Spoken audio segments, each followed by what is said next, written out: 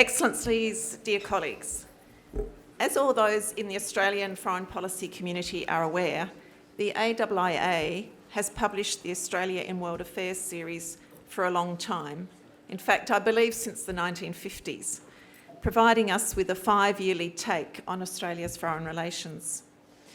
The launch of each volume is a really happy occasion, and today we are launching the 2016 to 2020 volume, edited by Professors Bogang Hua, David Hunt and Danielle Chubb. This year we have added cause for celebration because of the new publishing arrangements that have also been firmed, which includes the publication of the entire series as print on demand. The volumes do not aim to simply document everything that happened in each 5-year window, although the record contained in them is invaluable, but rather they try to capture the essence, or even perhaps the zeitgeist, of each period in Australia's external relations. So, for example, this volume, some of you may recognise from 2006 to 10, edited by James Cotton and John Ravenhill, was entitled Middle Power Dreaming, and that captures the essence of a different period. The editors of the 2016 to 2020 volume have identified the return of Great-Power Rivalry as the essence of that period, and so that will also be the theme of our panel today. The first section of the volume addresses the domestic politics of Australian foreign policy, and other chapters, including that, for example, by Matt McDonald on climate change, also emphasise the importance of the domestic dimension of Australian foreign policy. So I'd suggest that will be something of a secondary theme in the volume and in our discussions. Just maybe to help us orient ourselves back in the 2016 to 20 period, we had 2 Prime Ministers during the time, Malcolm Turnbull and Scott Morrison.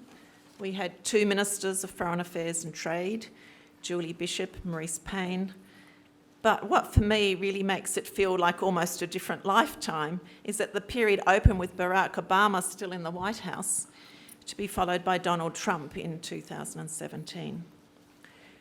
The volume editors are also chapter authors, and so the plan this morning was to hear from each about the volume as a whole, but also about their respective chapters.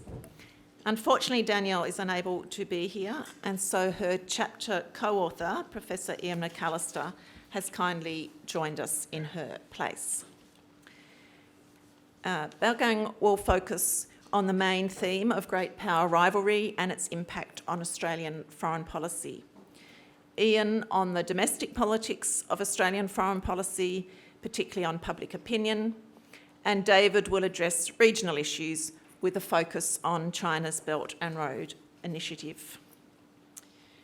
Before we hear from the editors and authors, however, Graham Dobell is here, thank you, and is going to situate the volume within the series as a whole. I won't read the bio of each speaker because it's in the program. Each panellist will speak for about 8 minutes, which will leave us time for questions.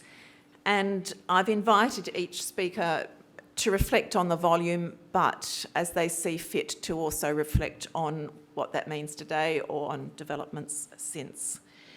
So with that, I'd like to invite Graham Dobell to speak first. Thanks, Graham. Okay, well, those of you who have grandchildren will know that show and tell is the game to play. And so to do this, I've done what I have done for decades. I went to my bookshelf and I took out my complete set of Australia in World Affairs. And I think it's wonderful that this is a living monument in many ways, a 74-year-old living monument to what the Institute has done for Australia and what generations of Australian academics have done for Australia. This is a real living monument, particularly now because Cambridge has brought the whole back catalogue back. We now have these are now live books. You no longer have to haunt the second-hand bookshelves of Australia to get a complete set.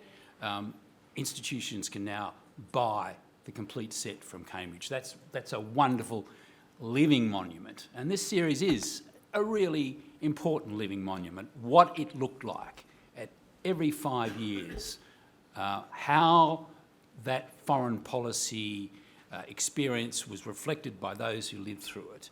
So today we have number 13, as they say in bingo land, lucky for some. And these books, for me, have been working books. They have always, for me, been books that I've used in my work. When I left newspapers to join the ABC's International Service in 1975, my aim was to write about Australian foreign policy, and I'm still doing it. So if you plot and scheme, you too can avoid being promoted and keep doing what you love. So I am a tribute to lack of career progression. And these books, for a working journo, delivered. You know, if you were on deadline and you needed a fact, a thought, a line, these books would give it to you. And if you had got the call telling you you had to write a piece, a think piece about the meaning of the Commonwealth, for God's sake, under Malcolm Fraser or even under Hawke, you would get it out of here. You would go to this and this would give it to you. So these, for me, were living, working resources. In some ways, before Google, this was Google, but it's still, in many ways, better than Google because of the quality of the people that you're stealing from. Steal from the best. And the names you will find in these books are a glittering array of the great thinkers about Australian foreign policy from the 50s on. I think one of the trend line was that the historians were slowly edged aside. The international relations and country specialists started taking over more of the territory. But really, the quality of the people you find in these books, you will find, no matter what age you are, you will find some of your heroes, some of your glittering writers in here. They're all here. So the first 4 volumes were by. Well, let's do this. Where have we got it right? Oh, here we are. Just do my show and tell for you. You know, Greenwood and Harper did the first 4 volumes, starting in the first volume up to 55. So a 74-year term. And I think the line that I liked from Greenwood and Hudson from Greenwood particularly was that in their first volume, they set out the framework in a way. They gave you the framework which all volumes followed, which was essentially the thematic chapters and then the bilateral chapters. And our current editors have actually moved away from that and done it quite well. And in the preface to the first volume, Greenwood and Harper noted the problems of multiple authors. And they had what I think is one of the most understated, I'll turn it like that, one of the most understated lines you'll ever see from an editor, that, quote, a volume by many rather than few hands makes cohesion more difficult. Now, ain't that the truth? As any editor will ever tell you about wrangling people over the line. By the time they get to volume 4, they're boasting that after 20 years, by the time they get to volume 4, their original view of the character and purpose of the volumes had been proved correct, and it was right. Each volume should be both a record and an interpretation, and that's really what this series has been. You got a really nice volume by Hudson. He's the only sole editor, and that was the. Where are we? That was. I better do show and tell. I was trying to do this for my 8-year-old granddaughter, and she told me I was useless at show and tell. 71 to 75. Hudson, the only solo editor, and just the list of names on the cover for me, for my generation. Names like Jim Griffin writing about Papua New Guinea. I can still hear Jim's voice Boyce, Richard Hurl on the South Pacific, Neville Meaney writing about the United States relationship. I mean, Meaney, as always, giving it a real kick. Mediansky and Bob O'Neill talking about defence. Bob on defence strategy. Mediansky talking about the way that Tang had taken 5 defence departments and smashed them into one. And the Defence Department, being the Defence Department, is still working out how that works. Those sort of names, even Sir Keith Waller, former ambassador in Washington, former head of Foreign Affairs, proving that the diplomats can actually write, talking about a day in the life of a diplomat. And one of the things you'll find through these books is occasionally people like Alan Renouf pop up with a chapter, and you go, ah. So that was the, if you like, the first 5 volumes, which was the hardback. By the time you get to volume 6 and 7, edited by Boyce and Angel, the economics meant they could no longer afford hardbacks. We'd gone to paperbacks. The other thing that they did, which I think was great, was this was when they moved on just from Australia in World Affairs, and the EU is covered, and each volume from here gets a title. So Independence and Alliance, Diplomacy in the Marketplace. Which one was it? Oh, this is the one that breaks the 5-year rhythm. All the others were 5-year volumes. This one covers a whole decade. And the reason that they stuttered was that they originally thought they'd go from 81 to 88, finish in 88, which was the bicentenary year, big year for Australia, the bicentenary of British settlement. But those cohesion problems kicked in, didn't quite get that one, so in the end it became a record of the decade. But every other volume has done that 5 years. Then we come to another 4-volume editor golden era by Cotton and Ravenhill. And the thing about James and John was that they proved that academics can come up with really good headlines. And all of their headlines had layers of meaning. So their first one, Seeking Asian Engagement. Lots of different levels in that one. The one that which was both accurate and cheeky is the national interest in a global era. So the national interest is the John Howard view of the world. It's realist, it's bilateralist, it's alliance, it's all about self-interest and the national interest. And that's what Howard and Downer called their first foreign policy white paper. But Cotton and Ravenhill join that to globalisation. So it's the national interest in a global era. And the book then proceeds to look at all the many ways that a realist Prime Minister has to deal with multilateral issues, international issues, everything from human rights to values to the environment.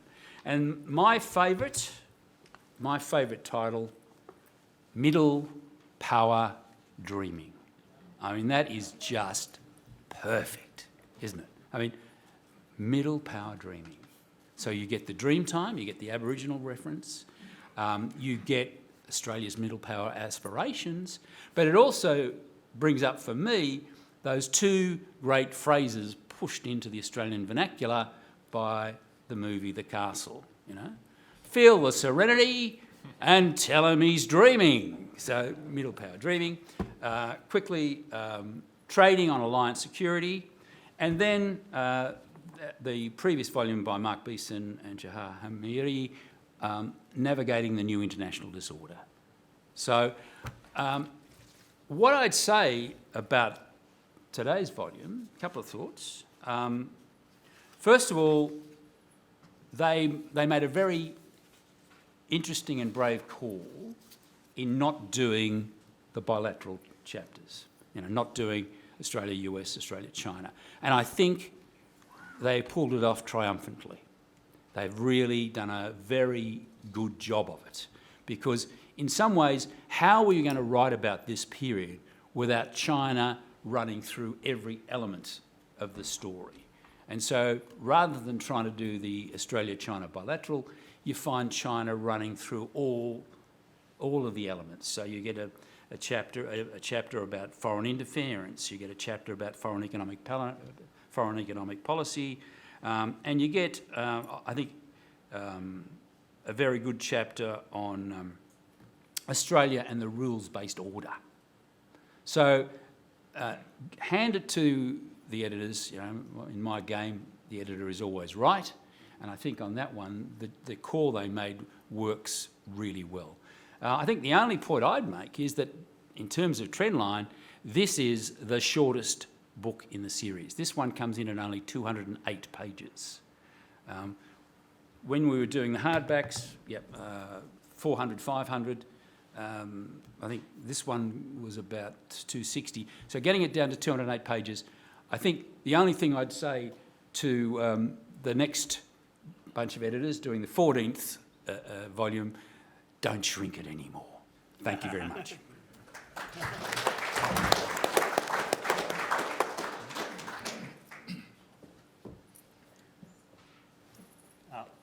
Okay, thank you. So let me first let us, Daniel, Debbie, and myself, express our sincere gratitude to Australia Institute of International Affairs, to the Malaysia at that time, who offers the editorship of this Australia in World Affairs. And to execute this editorial project, we continue thematical approach adopted by most recent edit, like follow the James Cotton, he's there, so it's more thematical. But this edit volume has four distinctive features. First, we give a substantial coverage to the changing nature of Australian external environment, in particular impact of increased US-China rivalry on the Australian foreign policies and the Asian region. Second, this editorial volume gives more voice to female scholars. And as a result, currently there are 11 female authors and 9 male authors. Third, we first try to initiate a regional debate and cover the perspective from Asian region, assign one chapter written by the Professor Sin Tan from Singapore. So idea is ask the outsider comments on in the last 5 years, how Australian foreign policy. So this is a kind of experiment. And to some extent, a little bit success, but I still unsatisfied. Still, I'm not happy with we should do more. The fourth, we made a strong effort to ask each author to approach their theme from a historical perspective. So this is follow the grant. He brings this certificate, contains all the volume. What we do, we are lucky to get the funding from Deakin. So I asked Thomas Bobber to conduct a comprehensive literature review on each theme. And from previous volume, cover all the volume. He did review all the volume. Then I sent to each individual author. Ask you, when you write your chapters, please look at historical perspective. So several authors utilize these resources in develop their chapters, but not all of them. But let me say a few words about what is not covered to answer your question, why is it shrink a little bit. As the editor of this collection, we had intended to include in chapter on the topic, such Australia's involvement in debate about human rights, its engagement with the United Nations more broadly, and the politics of international and regional trade. So we assigned 3 chapters, but 3 of us withdrew due to COVID at that time. You remember COVID period said, oh, no, we can't do it. So that is one of the reasons. And so readers of previous volume of Australian World Affairs will also notice there are no as you mentioned, currently there's no chapter devoted to a specific bilateral relationship. So this is the reason, as you explained, we found that the rival China and United States go through all the issues. So then we'll go to the thematic approach. We have ensured all those important topics are covered to some extent in 13 chapters. So the edited volume covers period from 2016 to 2020, and the original schedule for publication in 2021 or 2022. But unfortunately, COVID-19 caused a delay to both the two planned workshops. So in my academic life, I always organize two workshops for special book or special issue. Then the first one, after revised, then the second one. So we got a liberal grant from the deacon. Then we paid the money, asked them. Suddenly, Melbourne locked down again. So we have to go to the virtual. So this is kind of also delays the publication timeline. Also, there's additional effect is the transfers published from Oxford to Cambridge take a lot of time solve this the copyright issue. So notice this Australian World Affair, originally there's no subtitle, but then from 1976 to 1980, then they added the subtitles. As Graham mentioned, you like the middle power dream. So we, at that time, there's so many choices. There's a great fragmentation, uncertainty, and how to live with this great power. But eventually, we decided to choose a return to great power rivalry. So it seems that we had made a right decision to adopt such subtitle. Most chapter has touched these themes from different perspectives. The edit books describe the re-emergence of great power competition between United States and China, discuss how it reshaping the external environment and strategic space for Australian foreign policy, narrow down Australia option now, and examine how Canberra respond to it. So let me say a few words about prospects. From the 2016 to 2020, Australia increased its security dependency on the U.S. in the age of great power rivalry. Looking ahead, great power competition between United States and China seems set to dominate international relations for the foreseeable futures. Confrontation, even armed conflict, cannot be confidently ruled out. History, as we say, is a repeat with example of conflict that step from miscalculation and bad luck. So given lack of the hegemonic predictability, it would be prudent for Australia to learn how to living with leviathans in this third decade of 21st century. So let me come to these current events now. The rivalry between United States and China has grown more comprehensive and intense, including nearly every domain, like the global political economy, supply chain, ideology, military affairs, technology, and space race. The recent U.S. election has resulted in the victory for President Donald Trump, signaling a likely intensification of competition between the United States and China in economic, military, technology. But however, maybe there are two good news. One good news, they might moderate space race, given this Elon Musk in charge. He has a very good economic relation with China in EV car plus and space development. But most important, the ideological competition may play a diminished role in international politics. That's the good news. Unlike Biden, Trump does not emphasize a strict democracy versus autocracy framework.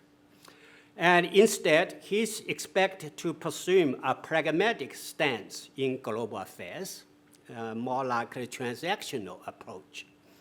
In this context, it is conceivable that in next year, Trump and Xi Jinping might meet together to explore the way to manage their great power rivalry, as Biden and Xi did before, but this time one thing's differently. They will moderate ideological tensions. Unlike many Western critics of the Trump authoritarianism, some of them even blame him in a 21st century Hitler. And several Australian scholars even expressed that they will not visit United States now because the Trump is because they don't dislike the Trump. So it will be surprising that for Trump, then he will find a home when he visits Beijing. There's no discussion of this critics of his democracy record. And so then China would welcome Trump to visit Beijing. Xi Jinping appeared interested in exploring possibility of the separate ideology from the U.S.-China bilateral relationship, and seeking to limit ideology rule in their interactions. All efforts are to try to achieve Trump's aspiration to be a president of the peace, as well to achieve Xi Jinping's vision of developmental peace. And such a dialogue between Trump and Xi Jinping next year will become one of the most impactful, very consequential political exchanges of the 21st century, which could be influence Australia's foreign policy approach towards human rights and democracy. Probably, perhaps, a thing to be explored in the next editorial volumes. Thank you very much.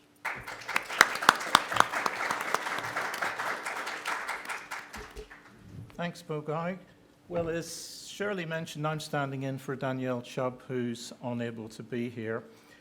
What we were briefed to do in our chapter was look at patterns of public opinion towards defence and foreign policy and how that's changed over the period of the most recent past. And what we do in the chapter is use the Australian Election Study surveys that I've been running since 1987, and then we also use the very excellent Lowy surveys that have been conducted annually since 2007. So the assumption behind a lot of this is that public opinion doesn't drive foreign policy, but it operates constraints under which governments can operate and pursue national interests. So government policy is to some extent shaped by public opinion, but also there's an interaction between the two. So the assumption we've got behind a lot of this is that accountability, responsible party government is central to the whole process of where public opinion feeds into foreign policy and the making of foreign policy. What we've seen over the last 30, 40, 50 years almost is that what used to be a bipartisan consensus on foreign policy has essentially broke down. It started to break down in the 1960s over Vietnam, but we've seen it more recently over things like Iraq, Afghanistan, the war on terror. And also what we've seen is the social composition of the population has been changing quite dramatically. We've had very significant generational change, which is affecting people's attitudes towards foreign affairs. We've had this huge expansion in university education, which has an independent effect as well. And we've also seen large-scale immigration from Asia, and particularly from China. I'll talk a bit about that at the end. We cover 3 particular topics and how public opinion relates to those in the chapter. We look at the United States, trust in the United States, and support for the ANZUS alliance. Secondly, we look at public opinion towards China. And thirdly, we look at public opinion towards climate change. And then finally, we look at the importance of social background in determining a lot of these opinions. So in terms of public opinion towards the United States, what we see over the period is that relatively little change in people's attitudes towards the ANZUS alliance. In fact, there's been relatively little change going right back to the 1980s when we first started polling this in the surveys. Around about 8 out of 10 people within the electorate see the ANZUS alliance as being very important for Australian security. And it appears to be pretty much a settled and a non-contentious issue, and there's relatively little differences between partisans of the major political parties on that. Now, where we do see change is trust in the United States to come to Australia's defence if there was a problem. That tends to vary with the extent to which the United States engages itself in overseas conflicts. So, for example, after 9/11, there was a big upsurge in the proportion of people who trusted the United States to defend Australia. More recently, with the Trump presidency, 2016, there was quite a substantial decline. And in fact, over that period, the decline was in the order of about 12 percentage points, which is quite a lot in terms of public opinion research on these types of issues. The second issue we looked at in the chapter is what the public thought about China and the rise of China. And as I'm sure you've seen from some of the published polls, there's been really quite a huge increase in concern about China as being a potential military threat to Australia. People are now much more likely to see China as a military threat rather than as an economic partner. And there's a very good series of questions in the Lowy surveys about that. And there's also a major decline in trust in China to act responsibly in the world. Now, the background to this is from the collapse of communism in 1989-90 through to about 2010. The public saw virtually no military threats to Australia. To the extent that there was any mention of threats, it was Indonesia, and that was relatively minor. 18% of people saw Indonesia as a potential threat. What we've seen since 2010 has been an exponential increase in the proportion of people within the electorate who see China as a threat. That increased from 2016, where 18% of people mentioned China as a threat, through to 55% in 2022. Now, I've been studying public opinion for nearly 50 years. You don't see those types of changes in public opinion in that period of time. It's simply huge, and when you do see those sorts of changes, you think you've made a methodological error or you've made a coding error with your data or something. It's really absolutely huge. At the same time, majority of people believe that there's too much Chinese investment in Australia. They believe that impinges on domestic government policy. Most people, as I mentioned, see China as a military threat rather than as an economic partner. And the perceptions of the relationship between China and Australia have changed fundamentally over the last 2 decades. The third topic we look at is climate change. Again, a considerable increase in the proportion of people who see it as a potential threat and something that the government should be involved in. The proportion of people who see climate change as a threat in Australia is a bit less than you find in other countries, and that's for 2 reasons. One is the extent to which Australian citizens see climate change policies or mitigation strategies as affecting prosperity. Obviously, we have a very large resource base, and if you do deal with climate change in some robust way, that's going to affect people's standard of living. The second thing you find which affects attitudes is a very partisan issue. much more than you find in a lot of other countries. So the Australian public is a bit less concerned about climate change than you find, for example, in Europe, but a lot of that is to do with our particular context. The majority of people that we interviewed in the surveys are concerned about climate change, but it's fair to say it's a second-order issue. People are much more concerned about economic management, health, education, attitudes towards that. But it has been gradually increasing in importance over a period of time. As I mentioned, there's very distinct partisan differences in all of that. So, for example, 3/4 of Labour voters see climate change as a critical threat. When we look at coalition voters, it's only 1 in 3. And the final thing we look at in the chapter is how a lot of these changes in public opinion relate to social background. The two things that really jump out there, and it's not distinct to these particular attitudes, you see it in voting behaviour as well, is generational change and university education. The effect of generational change is huge. Millennials and Generation Z are very different from previous generations. In terms of the attitudes we're looking at in the book, they're much less likely to trust the United States, much less likely to support the ANZUS alliance, they're less likely to see China as a threat, and they're much more likely to focus on climate change. University education, you see pretty much the same patterns, less likely to see a military threat to Australia, much more concerned about climate change. There is a third element in there in social background, which I alluded to at the beginning, and that is the large proportion of Asian migrants within the population, many coming from mainland China. We saw that as being an effect in the last election, particularly on the coalition vote in some of the seats. But we argue in the chapter that this may well become a major driver of foreign policy attitudes in the future. So I'll leave it there.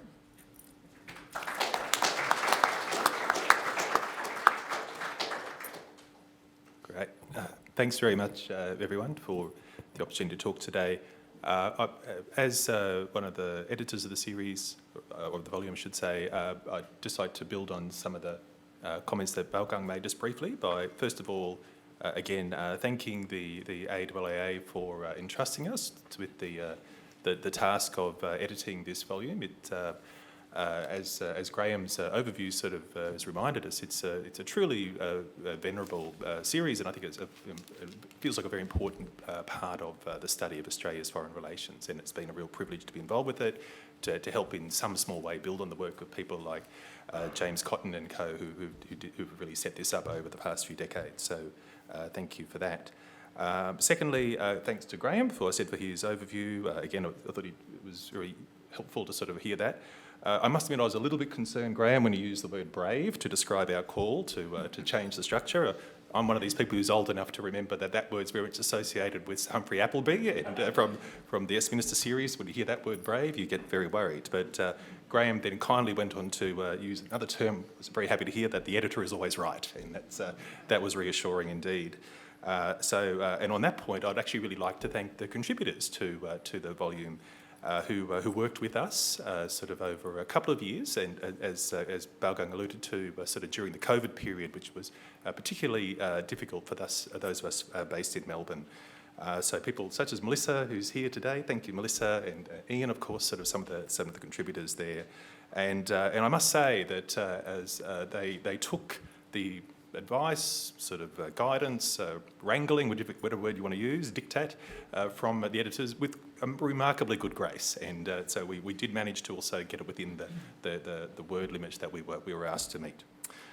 So with all that, I said I'd now like to sort of talk a bit about the particular chapter that Baogang and I co-wrote with another colleague of ours, Jeff Stokes, who some of you might have known. Jeff unfortunately passed away just about a year ago, almost to the day, and he was a very big part of the work we were doing here. He in turn was someone who'd spent a bit of time in government. He had been an advisor to Neil Blewett back in the day when Neil was the Trade Minister. So this was a topic that was very close to Jeff's heart, and I really enjoyed getting to work with him on this chapter.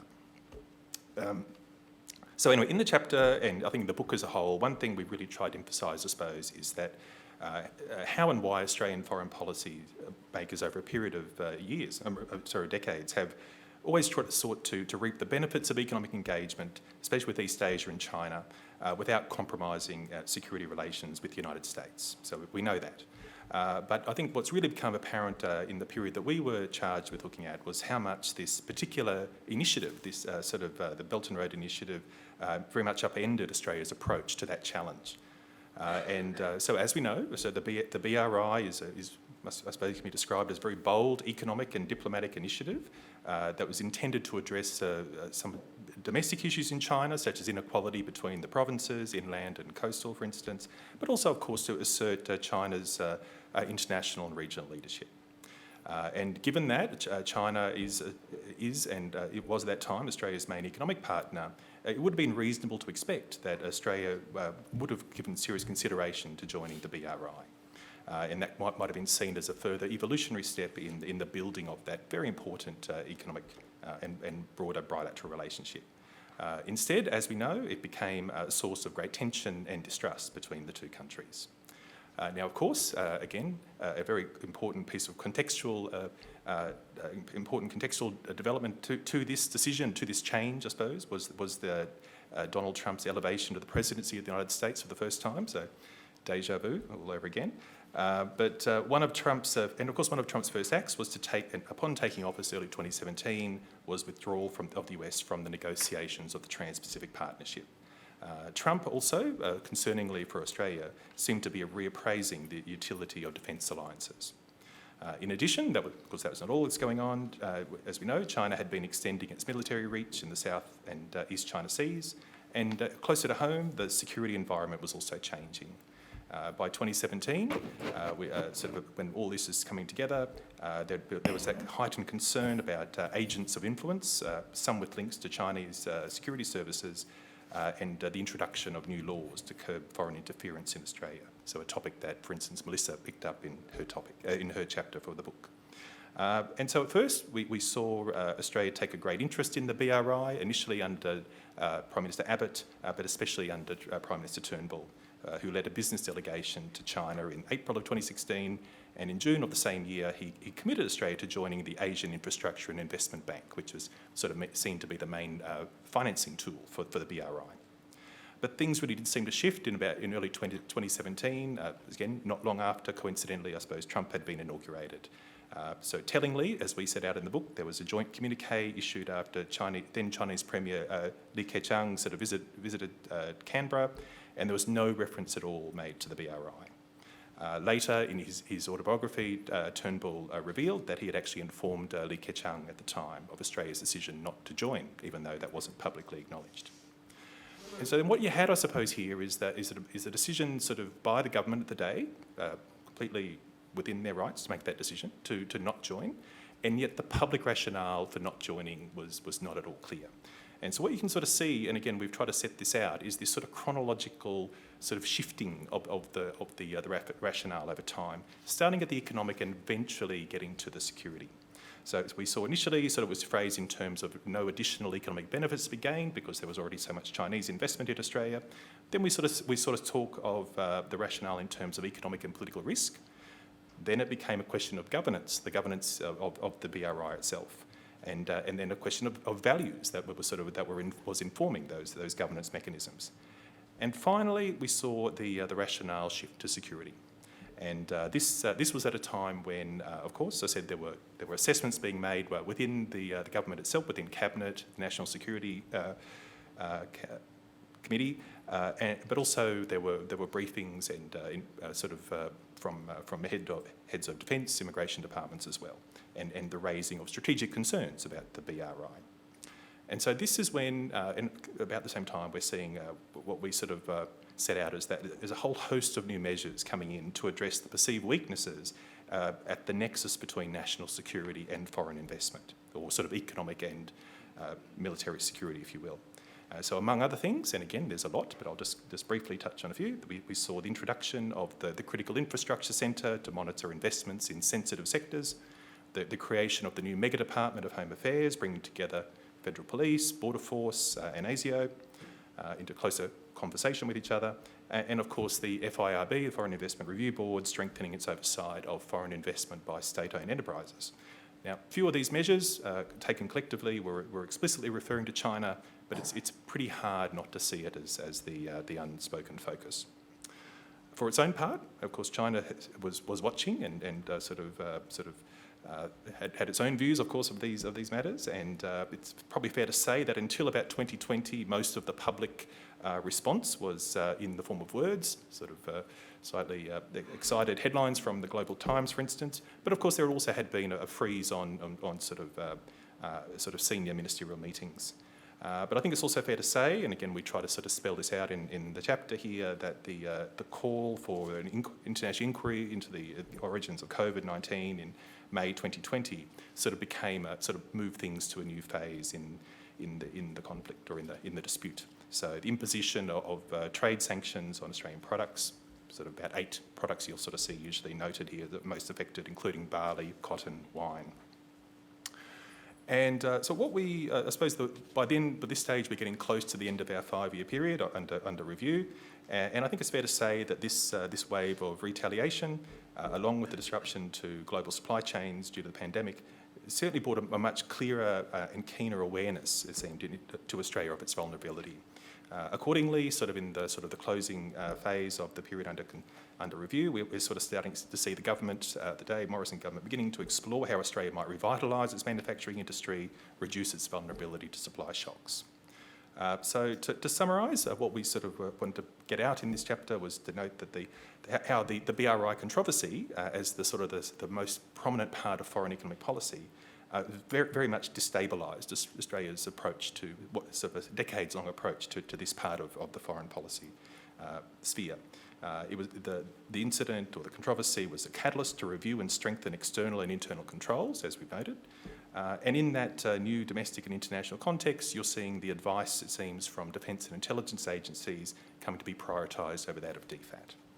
But I think the larger significance, again, for our sort of part of the program was that the government seemed to really be taking a step back from economic globalisation. We started to see Prime Minister Morris in particular talk about negative globalisation, or globalisations with adjectives, if you will, and more to the point, therefore, distinguishing between different varieties of globalisation. So this is a bit of an interesting shift, I think, and a noteworthy one for what we were trying to cover.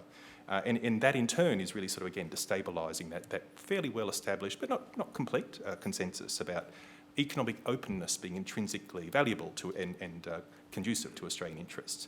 But the final thought, I suppose, is that this was very much in keeping with what the volume as a whole, more broadly, was identifying as the broader trends in Australia's international affairs under this period. So thank you very much.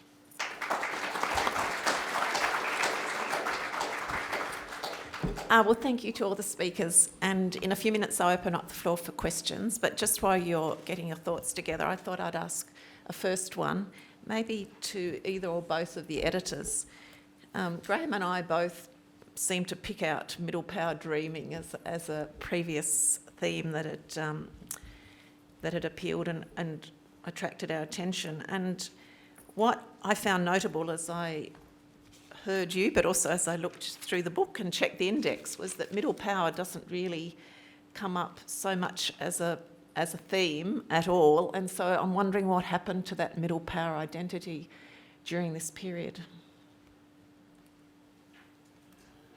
I think very simple. This is a great power rival, diminish Australia middle power dream.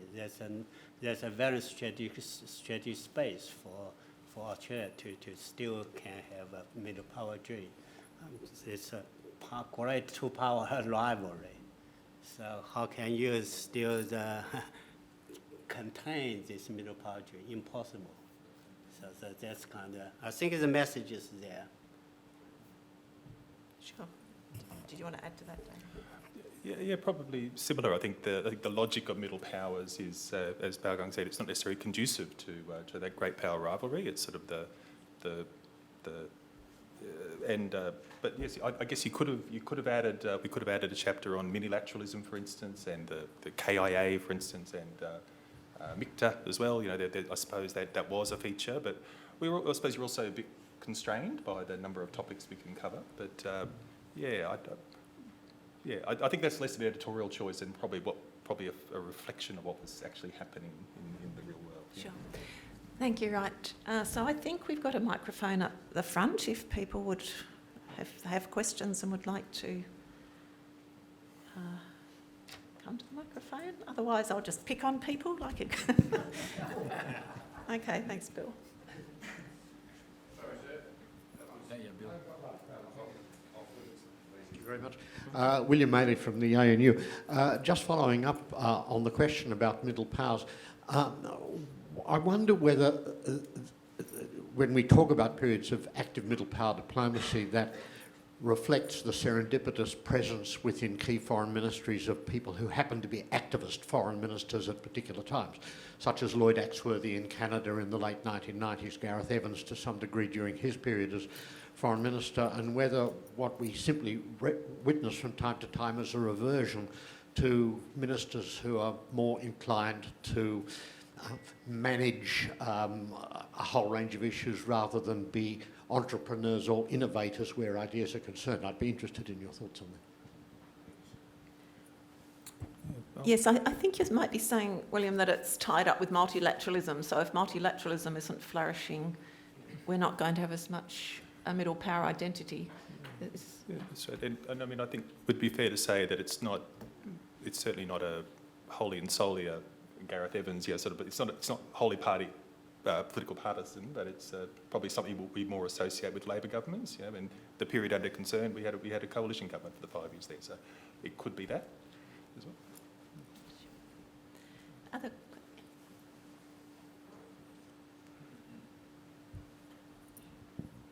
Thanks, Catherine Reid, long time involvement with AIIA.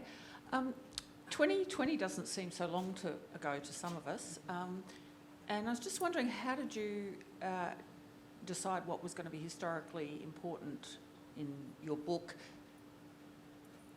when it's so recent? Thank you.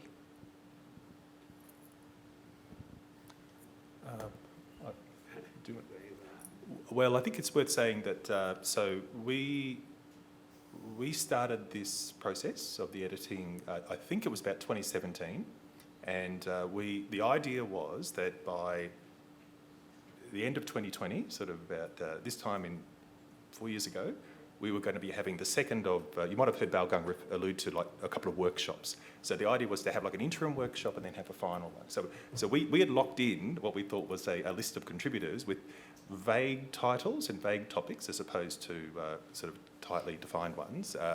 In about 2017, the idea was then we were going to have one event in 2018, 19, where we'd tighten things up and then have a final shot at things in 2020. But of course, as we know, there's a few other things that happened in 2020, so it knocked us off kilter. And I think what happened over time is that the particular focus of some of those areas sort of came a bit sharper. But it was a bit of a brainstorming exercise, partly looking at previous issues. We did make that decision fairly early on, I think, to do away with the bilateralism, and then that freed us up a bit actually. So all of a sudden we were like, well, okay, so how are we going to cover the US? And there's going to be for instance, some of the chapters will deal with it more squarely than others. So very interesting process, but that's how it worked out. Thanks for the question. And did you come up with a theme and then work out the structure and topics, or vice versa? Did they emerge from what was being produced by the authors? The overall theme? The overall theme, yeah. We have these structures. First, look at the domestic politics of Australia foreign affairs, different aspects. Then that's the most important. Then we look at second part two, to look at global engagement, global aspect, global issue. Third aspect, regional, cover Asia Pacific. So that's a structure. Then we sound as the author to write different aspects. As I said, one of the chapters really this time we really try to engage in practitioners. Some will really work on the policy level. So we get someone work on this regional trade agreement. But in the end of the day, he withdrew because of COVID.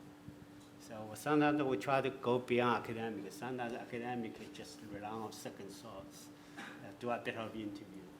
But one try to just someone work within the government, within the policy, it's better. But unfortunately, we have 2 chapters, finally they withdraw. Yeah, I think the overall theme sort of came about very late. It was a matter of seeing what they looked like, what the 14 chapters looked like, and then sort of reading from that.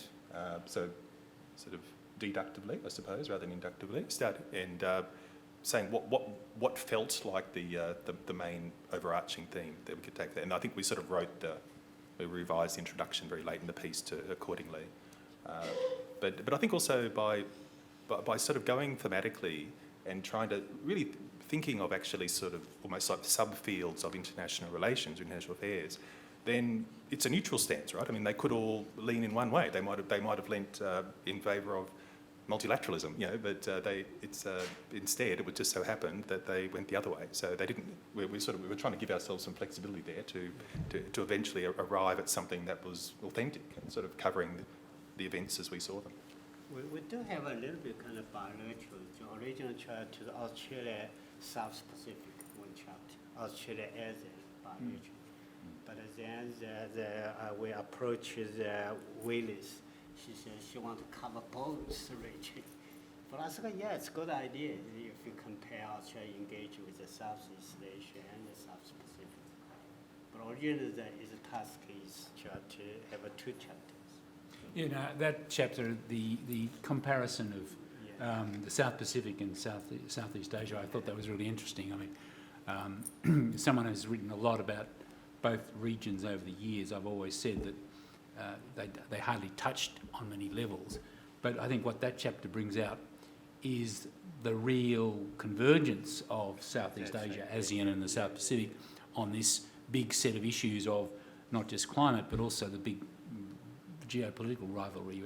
You get exactly the same line from ASEAN as you get from the Forum, don't make us choose. So I thought that chapter was a really good way. You don't often get good Southeast Asia, South Pacific chapters sitting, set of events sitting as one chapter, one discussion. But that discussion of the South Pacific and Southeast Asia, and of course, Joanne's very good. Of course, that actually helps. Originally, we think about it, we should have a chapter on the Australian effort in regionalism. But in that period, actually, coalition government, they do not have a very strong incentive to push. Sorry, I'm sorry. So originally, we tried to have a chapter on the Australian engagement with Asia-Pacific regionalism.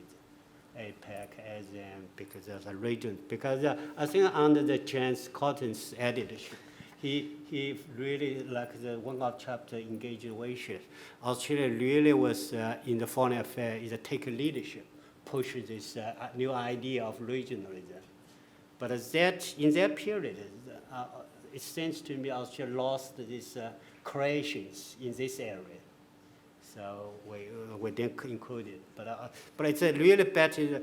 But currently, hopefully, next volume where there's one chapter on the Australia pushes this South Pacific region, like the Paris Agreement.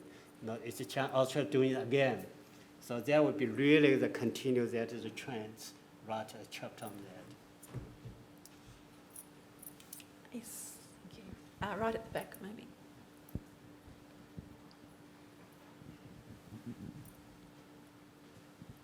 Hi, my name's Sophie. I'm from South Australia. You mentioned significant generational differences across a number of issues in public opinion. I was just wondering if you could expand on what you think might be behind those shifts. Well, there's a variety of things going on. Obviously, social media is a major thing. So the sorts of information that younger people are getting are entirely different to previous generations. University education reinforces a lot of those attitudes. So university education works in 2 ways. One is it imparts a set of values, universalism, empathy, a variety of other things which are entirely different to people that don't go through university education. The second way in which it affects people's attitudes is through their lifestyle subsequent to university, the sorts of behaviours, activities they engage in, and so on. One of the things we've observed in the Australian election study really over the last 25 years or so is this incremental change in the effect of generations and how it affects voting and how it affects people's political attitudes. But in the 2022 election, it went further than we've ever seen it in any other election. So, for example, among Generation Z, about 1 in 5 voted for the coalition. More in that generation voted for the Greens than voted for the coalition. I mean, there's really quite significant long-term, what we call secular changes going on to do with generations. And previously, what we've observed is that people start off their voting career on the centre-left, and then when they get into the late 30s, early 40s, they move to the centre-right. What appears to be happening with millennials and Generation Z is they're not moving back. So there's fundamental changes going on which are being driven by generations, and some of the things to do with university education, the experiences, the information that people are getting in those generations are driving it. At the front here.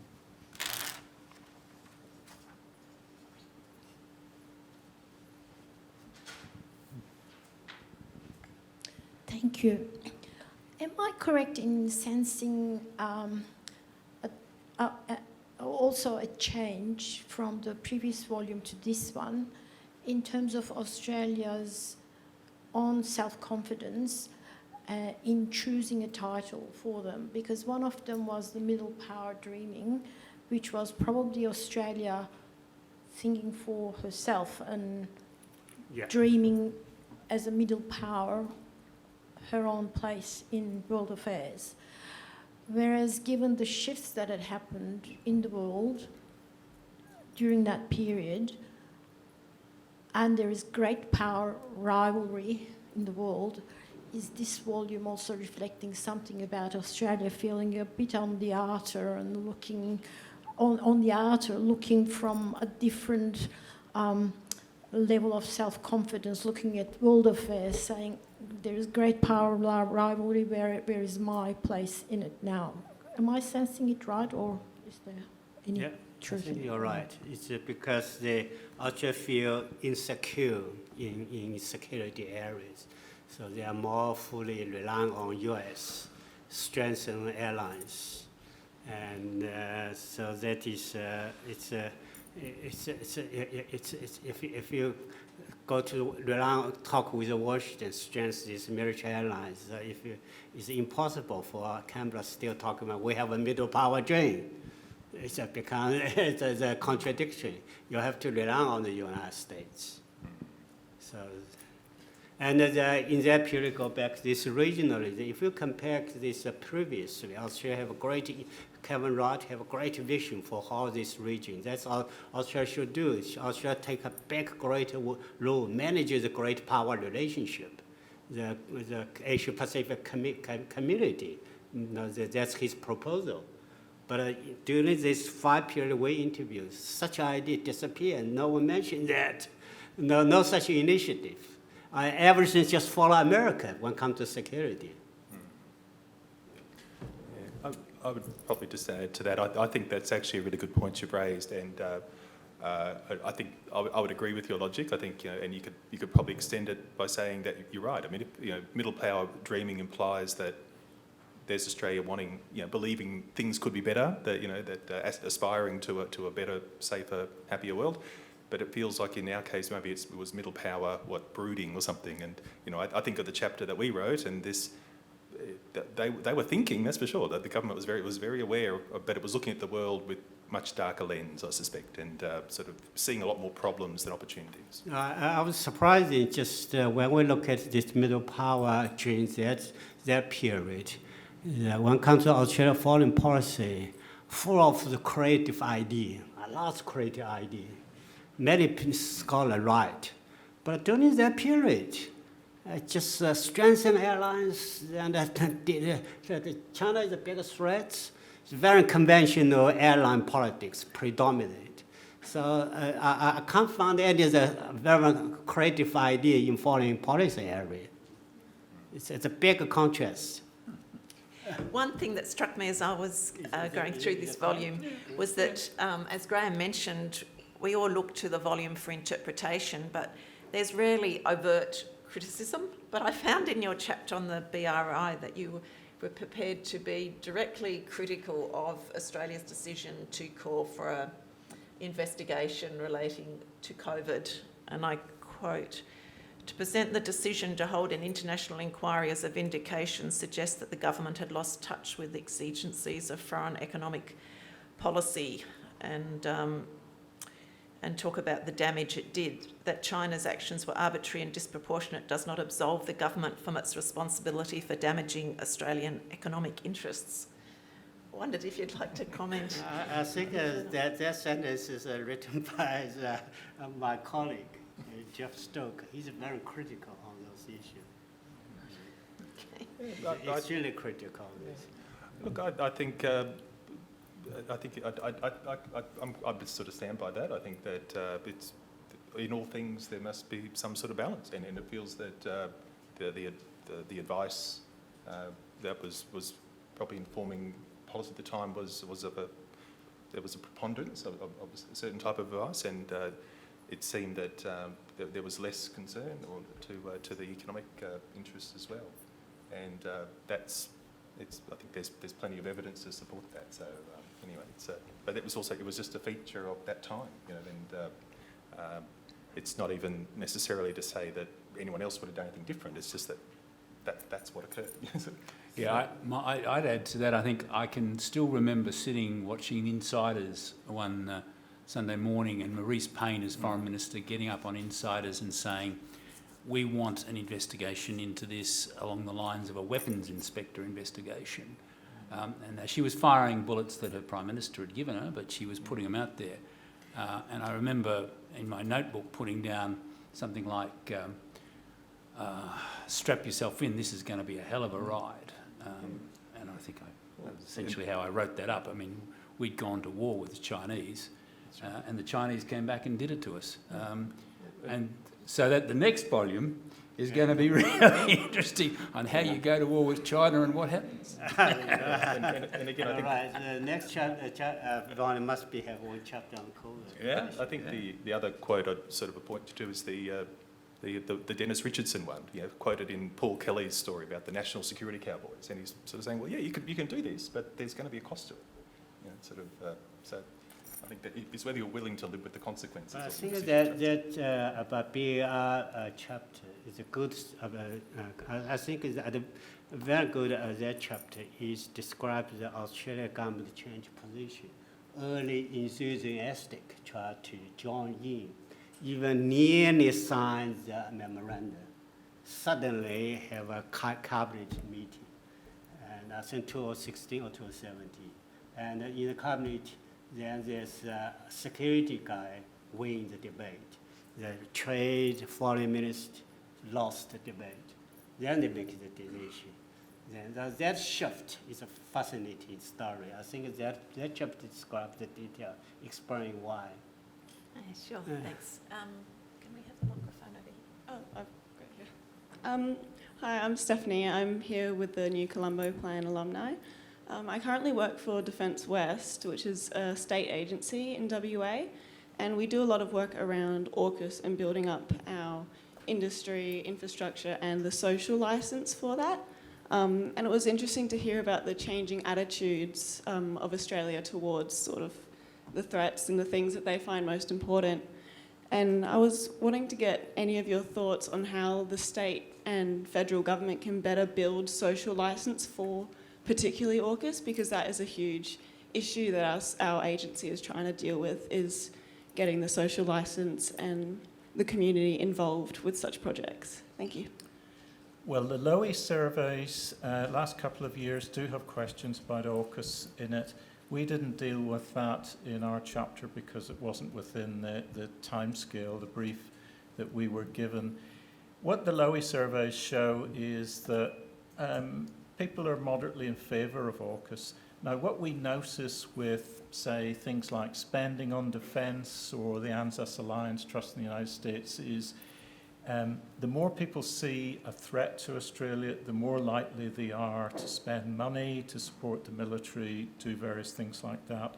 So I would have thought in the future that if you're looking for a social license, then a lot of that will be related through to the perceptions of that there's a military threat in the short to medium term to Australia. The other thing I'd say is that, again, public opinion towards defence, security, things like that, can be quite significantly affected by natural disasters. So if the military becomes involved in humanitarian things, peacekeeping, or if there's a bushfire and the military are used, that actually enhances the social licence as well. I'm Tony Press from the University of Tasmania. This one might be to Graham, I think. As a long-term observer of politics, all my life, public servant for a substantial part of that, I'm wondering how much the change in the public service, particularly the senior ranks of the public service, to a service that's more responsive to the peccadilloes of ministers these days, plays a role in how strongly Australia is able to project politics as a middle order power. Have we lost a little bit of that independent thinking that comes from a strong independent public service? Yeah, that's a good question, isn't it? Some of the earlier volumes, you'll find a couple of good chapters by Michael Wesley on governmental changes and how that's affected foreign policy. But I think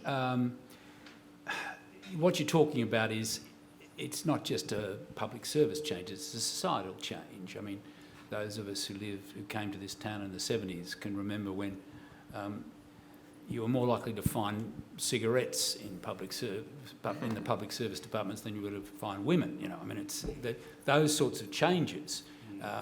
I arrived in this town not long after women had to resign from the public service when they got married. I mean, the days when you could park anywhere in Canberra. I mean, there's a whole set of stories that go there. But I think that you have seen a change in the way the public service relates to that building with the big flag. When I worked in the old Parliament House, a ministerial office physically could only hold about 4 or 5 people. You know, they were small offices. So the public service had this great big tube that ran straight into the minister's office. Now you go to the new Parliament, ministerial officers will have a dozen minders, many of them not from the public service. So the way that a Hawke and a Keating would think about what they wanted to change in the public service, the sorts of changes that John Howard made in the actual legal structure, I think it was about 1999, where it essentially said, I'm the Prime Minister, bang, you know. And you had a dismissal case where a judge essentially said that a defence minister could fire the Secretary of the Defence Department if he didn't like the way he wore his tie. So the ability of the politicians and the minder class to much more bear down on the public service and control, that's the big change from the way the public service in many ways ran this town and ran government. That's the big shift in the weightings, I would suggest. The question is first so important, and American scholar did a comprehensive review of all the American department. Each department, how they engage with each other. Very interesting study. But in Australia case, we lack such a study. And hopefully the next volume will some chapter cover those kind of issues. And we did make the efforts this time. We tried to get some work on the trade from government official too. But there's one of the issues, because they are government officials, sometimes they are not allowed to use these internal documents. So there's some limits. The scholar is okay, but when they write But the aspect, I think, is that when we edit, we try to kind of make some new initiative. One of the aspects is really engage public service to get a fee. Then the other, we try to engage a female scholar. We achieve that. That's easy. You just get a female scholar. But then we try to engage with the regional scholar to look at. But we fail to engage with the public service. There's 2 chapters originally, but I always draw. Yes, thank you. So I hope you're all feeling convinced that you're going to buy a copy before you leave the conference. And I understand that it looks like this, and they're for sale downstairs. But before we close, we've probably got time just for a couple more questions, if anyone has one. I'm at the back. Greetings, everyone. I'm Sherab Turji from Bhutan, currently studying at AIIA. My question is, as per the Alan Gangel's book on fear of abandonment, I realized that since 1940s, there has been 3 strands of foreign policy. Australia's foreign policy, and one of the 3 strands has been promotion of international rules-based order. But now the rules-based order has been counterframed, and it has been seen as almost like a tool against China or to contain China. So now with Trump being re-elected, who does not really support multilateralism, so how does Australia see this development, and how do you chart way forward? That's my question. Thanks. David, would you like to talk about that? I might defer to Baogang on that one. I think that's probably your forte.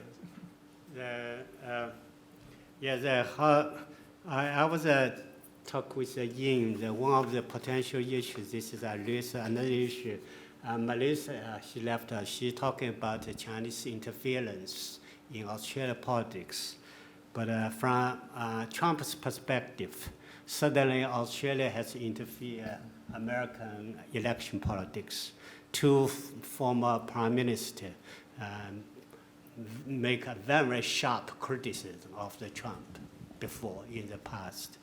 So the Louis Institute even conducts the survey. That's to say, it's more than 70% disapprove Trump. So the Trump probably were not happy with this kind of interference from democracy. So how to address this kind of issue? It's a new kind of issue now. And but in terms of the ideology, as Emma said, is that Trump is not interested in this kind of democracy, autocracy. He's more kind of transaction, focused on the pragmatical issue. So people always criticize Trump, say he will be damage democratic norms. But at the same time, I think the Trump offers a great opportunity for the whole world to fix some of the contentious issue, like end the war, because he's a pure pragmatic. And the China will feel much, on the one hand, there's a really kind of China reduced pressure in the ideology side. But Trump's policy will be get rid of ideology, work with Russia and against China. So then the China will feel strategic pressure. On the rules-based order, I'd say I think that Australia's gone through the Kubler-Ross phases of grieving over this rules-based order, and you finally get to acceptance. Probably our resistance, our argument was near its peak, in the middle of the decade, probably 2017, Turnbull's Foreign Policy White Paper, which was very big on rules-based order. Acceptance. And I think now, if you look at the language coming from both government and opposition, you're going to hear much more about balance of power, Penny Wong on balance. It's about balance. So yes, we know we've lost it, and we've moved on in that sense. I think that's where the terms of the language have changed. You don't hear quite as much as you did 5, 6, 7 years ago about the rules-based order, because the car crashes happened. All right, that's depressing. I think we've got one last question, and then we'll finish. Thank you.